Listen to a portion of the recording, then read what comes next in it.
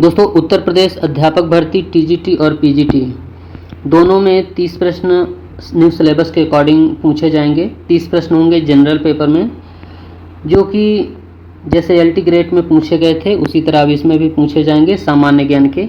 उसी परिप्रेक्ष्य में हमने अभी तक आपको 2 मॉडल पेपर प्रोवाइड किए हैं। आज ये हमारा तीसरा प्रैक्टिस सेट होगा। इसमें वही क्वेश्चन इंक्लूड किए गए हैं जो विभिन्न भर्तियों में बार बार क्वेश्चन पूछे गए हैं। क्वेश्चन सारे बहुत ही महत्वपूर्ण है। तो दोस्तों आज का वीडियो हम लोग बिना देरी के आरंभ करेंगे। इसमें जो पहला क्वेश्चन है, कुषाण वंश का सबसे प्रसिद्ध शासक निम्नलिखित में से कौन सा था? तो इसका सही आंसर हो जाएगा कनिष्क। इसका पहला ऑप्शन है जो राइट आंसर हो जाएगा। कनिष्क कुषाण वंश का सबसे प्रसिद्ध शासक था। आगे क्वेश्चन है क्वेश्चन नंबर दूसरे में है पांड्य वंश की राजधानी।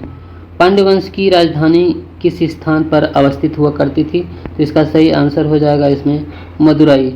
इसका दूसरा ऑप्शन राइट आंसर है, मदुरई इसकी राजधानी थी। दोस्तों इसका जो चिन्ह था, राजकीय चिन्ह था, वो था मछली था। और पांड्य शासकों में सबसे विख्यात जो शासक थे वो नेडुजेलियन थे। क्वेश्चन नंबर तीसरा है, तीसरे में दिया गया है क्वेश्चन अष्टप्रधान क्या था? तो इसका जो अष्टप्रधान है इसका राइट आंसर हो जाएगा शिवाजी का 8 सदस्यीय मंत्रिमंडल, इसका राइट आंसर है। क्वेश्चन नंबर चौथा है, चौथे में दिया गया है कि ब्रिटिश शासकों द्वारा भारतीय असंतोष का नेता किसे कहा गया है? ये कहा गया है बाल गंगाधर तिलक जी को। इसका तीसरा पॉइंट है जो राइट आंसर हो जाएगा। क्वेश्चन नंबर 5वां है, 5वें में पूछा गया है सिराजुद्दौला ने किस शहर का नाम अली नगर में परिवर्तित किया था? तो कलकत्ता को अली नगर में परिवर्तित कर दिया गया था सिराजुद्दौला के द्वारा। और इसका चयन अली नगर इसलिए रखा गया क्योंकि उसके दादाजी का नाम था अलीवर्दी खान, उसी के नाम पर परिवर्तन कर दिया गया था। ये बंगाल के नवाब थे। क्वेश्चन नंबर 6वां है, 6वें में पूछा गया है 1904 में क्रांतिकारियों की गुप्त संस्था के रूप में अभिनव भारत की स्थापना किसने की थी?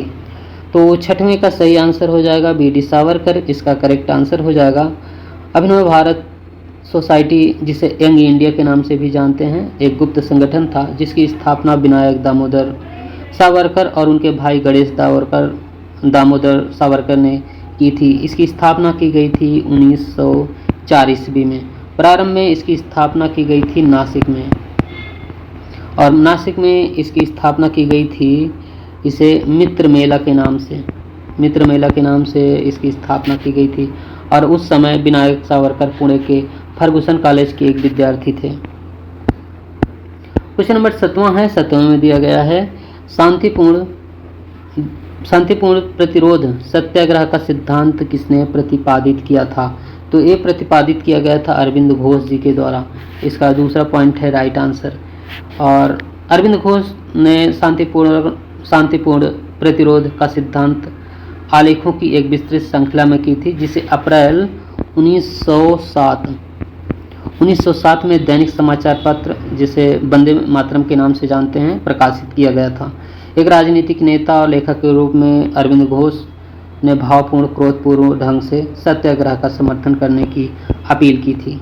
क्वेश्चन नंबर है 8वां है, निम्नलिखित में से कौन भारतीय राष्ट्रीय कांग्रेस के अग्रगामी संस्था थी? 8वें नंबर का राइट आंसर हो जाएगा इंडियन एसोसिएशन। 1876 में सुरेंद्र नाथ बनर्जी और आनंद मोहन बोस ने ब्रिटिश भारत में पहली बार इंडियन नेशनल एसोसिएशन की स्थापना की थी। यह मूल रूप से भारत सभा के रूप में स्थापित किया गया था। कलकत्ता में इसका पहला वार्षिक अधिवेशन किया गया था। क्वेश्चन नंबर 10वां है, 1923 में स्वराज पार्टी का बनने के लिए मोतीलाल नेहरू के साथ मिलने वाले कांग्रेस के अन्य नेता कौन थे? तो चित्तरंजन दास थे। इसका राइट आंसर हो जाएगा, दूसरा पॉइंट सही है।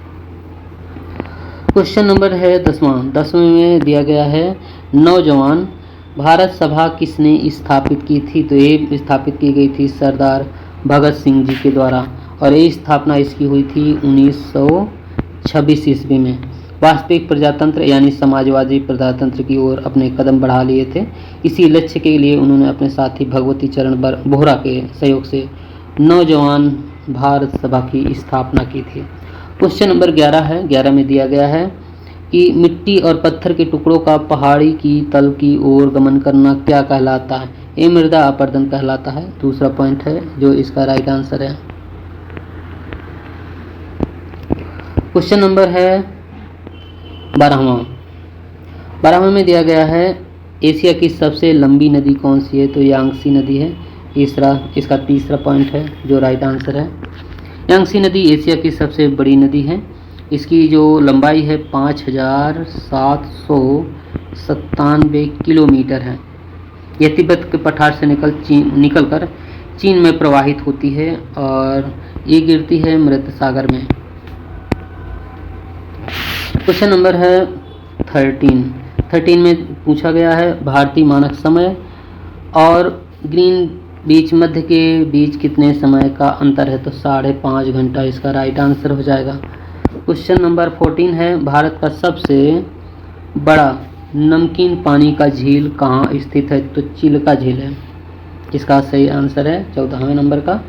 इसका नहीं, इसका जो राइट आंसर हो जाएगा इसमें, इसका जो करेक्ट आंसर है सांभर झील है 14वें नंबर का। पहला ऑप्शन राइट आंसर हो जाएगा।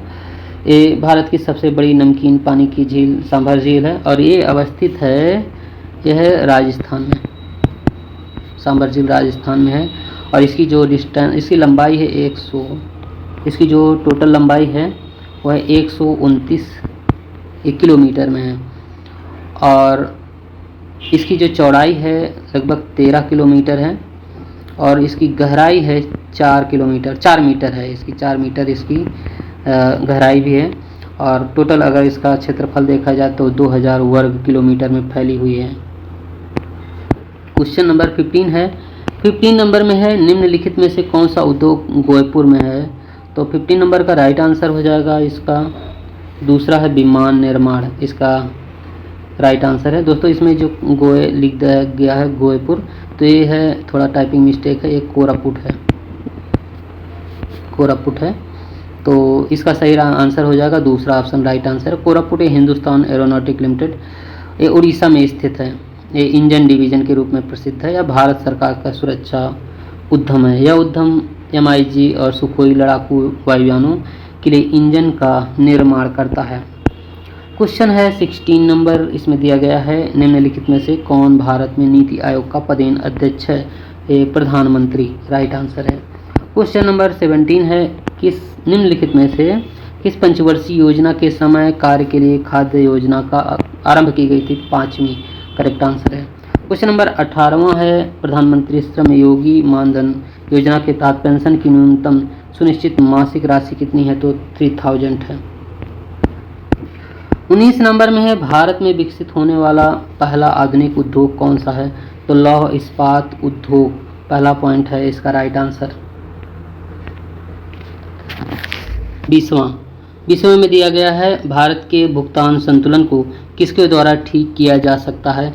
तो इसे ठीक किया जा सकता है मुद्रा अवमूल्यन के द्वारा, प्रबल नियत संबंधन, आयात प्रतिस्थापन। तो उपर्युक्त इसका सभी सही आंसर है। क्वेश्चन नंबर 21 में है हमारे संविधान का कौन सा अनुच्छेद संविधान में संशोधन प्रक्रिया को निर्धारित करता है? तो अनुच्छेद है 368 नंबर। दोस्तों अभी वर्तमान में भारतीय संविधान में टोटल 448 अनुच्छेद हैं और यह 25 भागों में बटा हुआ है वर्तमान में। इसको शुरुआत में हुआ था तो ये 12 अनुसूचियाँ थे इसमें, लेकिन इस समय ये 25 भागों में बटा हुआ है और जब शुरुआत हुआ था, जब इसको बनाया गया था तो टोटल 395 अनुच्छेद थे। जितने नए अनुच्छेद हुए हैं सभी संशोधन के माध्यम से हुए हैं। क्वेश्चन नंबर 22 में है संविधान की 8वीं अनुसूची में कितनी भाषाएं सूचीबद्ध है? तो 22 इसका राइट आंसर है। क्वेश्चन नंबर 23 है दुनिया के निम्नलिखित में से किस देश से भारतीय संविधान में राज्य के नीति निर्देशक सिद्धांतों की संकल्पना को अंगीकार किया गया है? तो आयरलैंड इसका राइट आंसर है। 23 नंबर का ये ऑप्शन ही है, पहला ऑप्शन है जो सही आंसर है। दोस्तों ये राज्य की नीति निर्देशक तत्व हैं। ये अनुच्छेद भाग 4 में संविधान के भाग 4 में अनुच्छेद 36 से लेकर के 51 तक इसका वर्णन किया गया है। क्वेश्चन नंबर 24 है। 24 में दिया गया है, भारतीय संविधान की प्रस्तावना में निम्नलिखित में से किसका उल्लेख नहीं किया गया है? तो वयस्क मताधिकार करेक्ट आंसर है। 25 में यदि कोई ग्राम पंचायत विघटित होती है, यदि कोई ग्राम पंचायत विघटित होती है तो कितनी अवधि के भीतर चुनाव कराए जाएंगे? तो 6 माह के अंतर्गत चुनाव होने चाहिए। 26 नंबर में है, माइक्रोफोन एक उपकरण है जो रूपांतरित करता है, तो ये ध्वनि सिग्नल को धारा में रूपांतरित करता है। 27 नंबर है, मनुष्य को ध्वनि कंपन की अनुभूति किस आवृत्ति सीमा में होती है? तो इसका राइट आंसर है 20 से 20,000 हर्ट्ज। 28 नंबर है, अमोनियम सल्फेट में मौजूद नाइट्रोजन का प्रतिशत कितना है? तो 27% इसका करेक्ट आंसर है। 29 नंबर दिया गया है। 29 में है, ग्रीन हाउस गैस की अवधारणा किसकी थी? तो इसका सही आंसर हो जाएगा जोसेफ फूरियर, इसका करेक्ट आंसर हो जाएगा। ये दी गई थी 1827 ईस्वी में। सर्वप्रथम यह कहा था कि वायुमंडल के गैस पृथ्वी के तापमान में वृद्धि ला सकते हैं। 30 नंबर में है, तालाबों और कुओं में निम्नलिखित में से क्या डालने से मच्छरों को नियंत्रित करने में सहायता मिलती है? तो गंबूसिया मछली है, इसका सही आंसर है चौथा ऑप्शन, इसका करेक्ट आंसर हो जाएगा। तो दोस्तों, अभी तक हम लोगों ने टोटल 3 प्रैक्टिस सेट कंप्लीट कर लिए हैं। आपका नेक्स्ट होगा जो चौथा प्रैक्टिस सेट होगा, इसकी सेपरेट प्लेलिस्ट बनी हुई है। अगर आपने पहले वाले वीडियो नहीं देखे तो उन्हें ज़रूर देखें। तो दोस्तों, आज की वीडियो यहीं तक।